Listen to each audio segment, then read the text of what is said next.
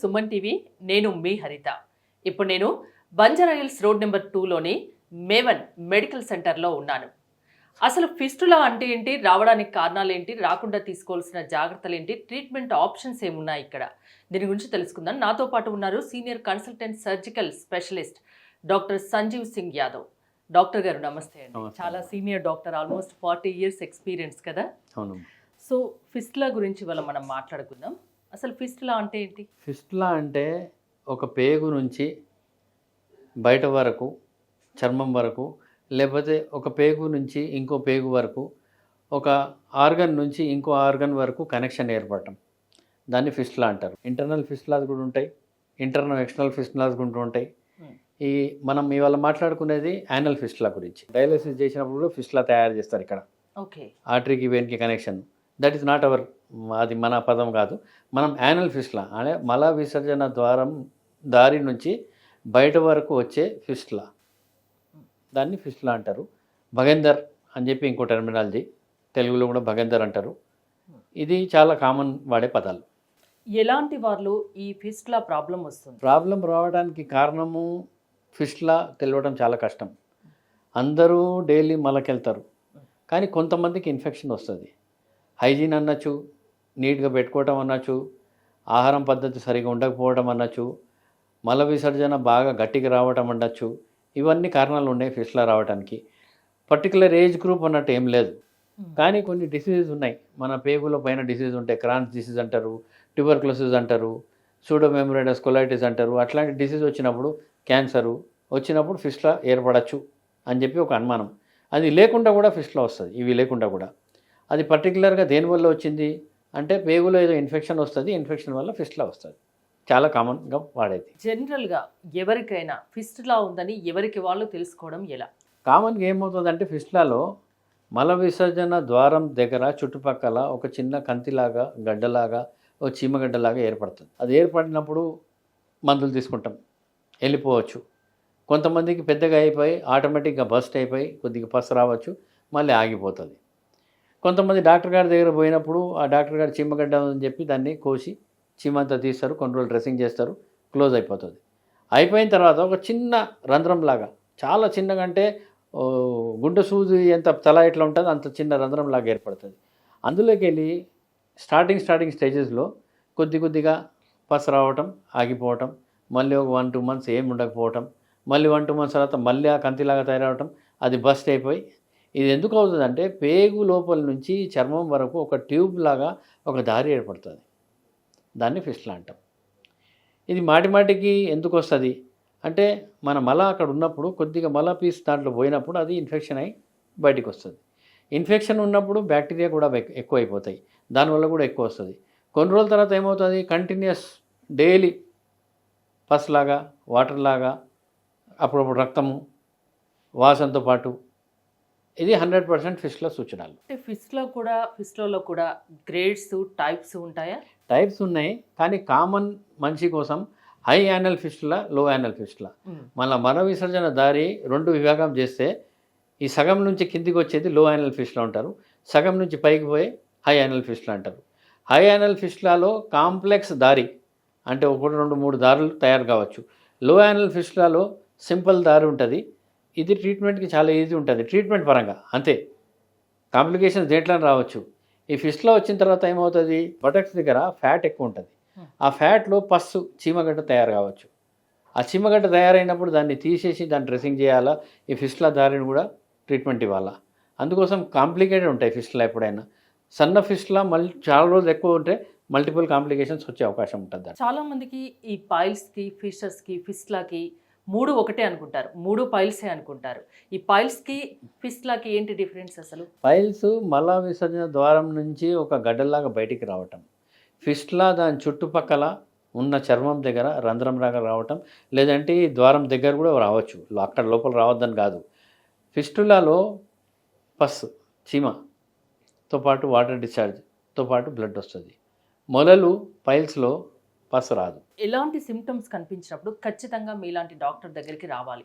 ఒక కంతి వచ్చి పగిలింది, మాటికి పగులుతుంది అంటే ఆ దారి ఎక్కడి నుంచి ఎక్కడికి వెళ్తుంది అది తెలుసుకోవాలా, చాలా ఇంపార్టెంట్. ఫిస్టులాలో చాలా రంధ్రాలు కూడా ఉండొచ్చు, బయట చూడటానికి 4-5 కూడా ఉండొచ్చు, లేకపోతే ఒకటి ఉండొచ్చు. లోపల మల్టిపుల్ దారి, అంటే ఇప్పుడు ఇక్కడ నుంచి మనం బేగంపేట పోవాలంటే పోవడానికి 4-5 రూట్స్ ఉన్నాయి. అలాంటి రూట్స్ తయారవుతాయి లోపల. ప్రాబ్లం ఏమవుతుందంటే అక్కడ కండరాలు ఉంటాయి, స్పింటర్ అంటారు దాన్ని. ఆ స్పింటర్ దాటుకుంటూ వస్తే దాని ఆపరేషన్ చేసే విధానం మారుతుంది. స్పింటర్ దాటకపోతే దాని ఆపరేషన్ చేసే విధానం మారుతుంది. ఈ కండరాలు మామూలు ఆపరేషన్లో కోసి చేయడం వల్ల మన కంట్రోల్ పోయే అవకాశం ఉంటుంది. అందుకోసం దీనికి వ్యాఫ్టన్ ప్రొసీజరు, లేదంటే లేజర్ ప్రొసీజరు, లేదంటే మైక్రోవేవ్ అబ్లేషన్ చాలా ఇంపార్టెంట్ ట్రీట్మెంట్ విధానాలు. నేను ఒకటి విన్నాను, అంటే ఫిస్ట్లా ప్రాణాంతకంగా కూడా మారుతుంది అని, నిజమేనా ఇది? అంటే ఒక బాడీలో ఒక ప్లేస్లో మనకు ఇన్ఫెక్షన్ సోర్స్ తయారైంది. ఆ ఇన్ఫెక్షన్ అక్కడి వరకు ఉంటే బాగానే ఉంటుంది, కానీ అది రక్తంలోకి పోయి బాడీ మొత్తం సెప్టిక్ అయితే ప్రాణం పోయే అవకాశం ఉంటుంది. నెగ్లెక్ట్ చేయడం వల్ల నెగ్లెక్ట్ చేయడం వల్లనే, అంతే, ఇంకేం కారణం లేదు. ఫిస్టులాకి పర్మనెంట్ సొల్యూషన్ ఉందా? పర్మనెంట్ సొల్యూషన్ ఉంది. నేను స్టార్టింగ్లో ఎంఎస్ చేసినప్పుడు ఆపరేషన్తో పాటు కోసి పెద్ద రంధ్రం చేసి దాని డ్రెస్సింగ్ అన్నట్టు ఉంటుండే. కానీ ఇప్పుడు ఈ కొత్త విధానాలు, లేజర్, మైక్రోవేవ్, వ్యాఫ్ట్ ప్రొసీజర్ వల్ల అదే రంధ్రంలోకి వెళ్ళి దీన్ని ఆపరేషన్ చేయటం. అక్కడ మెయిన్ థింగ్ ఏంటంటే ఫిస్టులాలో ఈ ట్యూబ్ లాగా దారి ఉంది కదా, అందులో మనకు ఎట్లాగైతే నోడ్ లోపల సెల్స్ ఉంటాయి, అలా సెల్స్ తయారవుతాయి. ఆ సెల్స్ కూడా వాటర్ లిక్విడ్ డిశ్చార్జ్ చేస్తాయి. ఆ సెల్స్ డిస్ట్రాయ్ చేయటం, ఆ లైనింగ్ డిస్ట్రాయ్ చేయటం చాలా ఇంపార్టెంట్. ఆ లైనింగ్ డిస్ట్రాయ్ చేయకపోతే ఫిస్టులా సర్జరీ ఫెయిలియర్. రెండో ఇంపార్టెంట్ ఏంటంటే పేగు లోపల ఏదైతే రంధ్రం ఉంది ఆ రంధ్రంని మూయాల. ఆ రంధ్రం అట్లానే వదిలిపెడితే ఇంకో దారి తీసే అవకాశం ఉంటుంది. సో దీనికి స్పెషలైజ్డ్ ఎక్విప్మెంట్ కావాలా, లోపల పోయి అది కరెక్ట్గా ఏ ప్లేస్లో ఉంది తెలుసుకోవడానికి ప్రాపర్ లైటింగ్ కావాలా, ఇన్స్ట్రుమెంటేషన్ కావాలా. అలాంటి సెంటర్లో చేస్తే మళ్ళీ తిరిగి వచ్చే అవకాశం చాలా. అలాంటి ఎక్విప్మెంట్స్ లేటెస్ట్ అన్ని ఇక్కడ మేవన్ మెడికల్ సెంటర్లో ఉన్నాయా? మాది సెంట్రల్లో స్పెషాలిటీ పని ఇదే. అందుకోసం స్పెషాలిటీ హాస్పిటల్ ఉన్నప్పుడు మా దగ్గర అన్నీ మేము తెలుసుకోవాలా. మేము మాటికి కాన్ఫరెన్సెస్కి వెళ్తుంటాం. అక్కడ కొత్త ఏమైనా వస్తే అప్డేట్ అవుతుంటుంది. ఖరీదు అన్నట్టు కాదు, ఇంపార్టెంట్. సర్వీసెస్ చాలా మెరుగైతే పేషెంట్ బెనిఫిట్ అవుతుంది. కాబట్టి ఈ అప్డేట్ లేకపోతే చాలా కష్టం. ఫిస్టులా కూడా అంటే సర్జరీ, లేజర్ రెండు రకాలు చేస్తారా? అంటే ఓపెన్ సర్జరీ చాలా మటుకు నేను స్టాప్ చేసేసానండి. ఓపెన్ సర్జరీ ఎప్పుడు చేయాల్సి వస్తుంది, ఎప్పుడైతే ఒక చీమ గడ్డలాగా తయారైతే ఆ చీమ వేరే దారం నుంచి తీసి ఈ లేజర్ చేసి ఆ ఫిస్టులా దారి క్లోజ్ చేస్తాం. అది చేయకపోతే మాత్రం మళ్ళీ తిరిగి వచ్చే అవకాశం ఎక్కువ. వన్ మోర్ టైం స్పెషాలిటీ సెంటర్లో చేయటం వల్ల ఎక్స్పీరియన్స్ బాగా ఎక్కువై పాజిటివ్ రిజల్ట్స్ ఎక్కువ వచ్చే అవకాశం ఎక్కువ ఉంటుంది. ఏదో నెలకు 2 ఆపరేషన్లు చేస్తే తప్పకుండా ప్రాబ్లమ్స్ వస్తాయి. రాకుండా తీసుకోవాల్సిన జాగ్రత్తలు, ఒకవేళ సర్జరీ అయితే సర్జరీ తర్వాత తీసుకోవాల్సిన జాగ్రత్తల గురించి చెప్తారా? జాగ్రత్తలు, ఆపరేషన్ చేయడం నా వంతు. చప్పట్లు కొట్టాలంటే 2 చేతులు కావాలా. కొన్ని పథ్యాలు ఉంటాయి, కొన్ని మందులు ఉంటాయి. ఇవాళ ఆపరేషన్ చేయగానే నువ్వు రేపు మంచిగా అయిపోతామని ఆలోచన కూడా తీసేయాలా. కాంప్లికేటెడ్ డిసీజ్కి కొద్దిగా ఒక 2 వీక్స్, 3 వీక్స్, 5 వీక్స్ టైం కావాలా.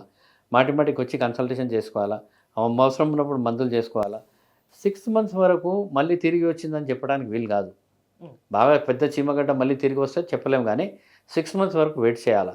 అప్పుడు దాని తర్వాత మళ్ళీ రిపీట్ ఎంఆర్ఐ కానీ రిపీట్ ఎండోయానల్ స్కానింగ్ కానీ చేస్తే అది ఎంతవరకు కూడిందా లేదా తెలుస్తుంది. సో మేవన్ మెడికల్ సెంటర్ సర్వీసెస్ ఏంటి? మేవన్ మెడికల్ సెంటర్లో మా దగ్గర 2 types ఆఫ్ సర్వీసెస్ ఉన్నాయి. ఒకటేమో యానల్ కెనాల్ డిసీజ్, మల విసర్జన ద్వారం దారిలో ఉన్న ప్రాబ్లమ్స్ ట్రీట్ చేయటం. ఇది డే కేర్ సెంటర్. మేము చాలా మటుకి మార్నింగ్ ఆపరేషన్ చేసి సాయంత్రం ఇంటికి పంపించేస్తాం పేషెంట్కి. రెండోది ఏంటంటే నా వేరే కలీగ్స్ వాళ్ళు వెరికోజ్ వెన్స్, అంటే కాళ్ళు నరాలు పెద్దగా అవ్వటం, దానికి ఆపరేషన్ చేయటం. ఈ 2 మా దగ్గర మెయిన్ థింగ్. అన్నిటికీ పద్ధతి ప్రకారం ఫస్ట్ కన్సల్టేషన్, మళ్ళీ డయాగ్నోసిస్, మళ్ళీ ఇన్వెస్టిగేషన్, దాని తర్వాత సర్జికల్ ప్రొసీజర్. ఇవాళ రాయంగానే రేపు అయిపోవాలంటే అది వీలయ్యే పని కాదు. ఇవన్నీ కాంప్లికేటెడ్ కేసెస్ కాబట్టి దీనికి చాలా కాన్సన్ట్రేట్ చేసి పని చేయాల్సి వస్తుంది. కాబట్టి డాక్టర్కి టైం ఇవ్వాలా, ఓపిక పెట్టుకోవాలా, చెప్పింది వినాలా. ప్రతి పేషెంట్కి డయట్ చార్ట్ ఇస్తాం, డయట్ చార్ట్ ఫాలో చేయాలా, మందులు ఎలా వాడుకోవాలి చెప్తాం. ప్రతి ఒక్కటి డాక్టర్ చెప్పినట్టు ఫాలో అవ్వాలి, ఖచ్చితంగా ఫాలో అవ్వాలి. అట్లయితే హెల్తీగా ఉంటారు. ఇంకోటి ఫిస్టులాను అస్సలు నెగ్లెక్ట్ చేయదు. ఒకవేళ నెగ్లెక్ట్ చేస్తే అది ప్రాణాంతకంగా కూడా మారే అవకాశం ఉంటుంది. అంతేనా? థ్యాంక్ యూ డాక్టర్ గారు. మీరు కనుక మేవన్ మెడికల్ సెంటర్లో ట్రీట్మెంట్ చేయించుకోదలుచుకుంటే స్క్రీన్పై స్క్రోల్ అవుతున్న నెంబర్స్కి కాల్ చేసి కాంటాక్ట్ అవ్వచ్చు. చూస్తూనే ఉండండి సుమన్ టీవీ.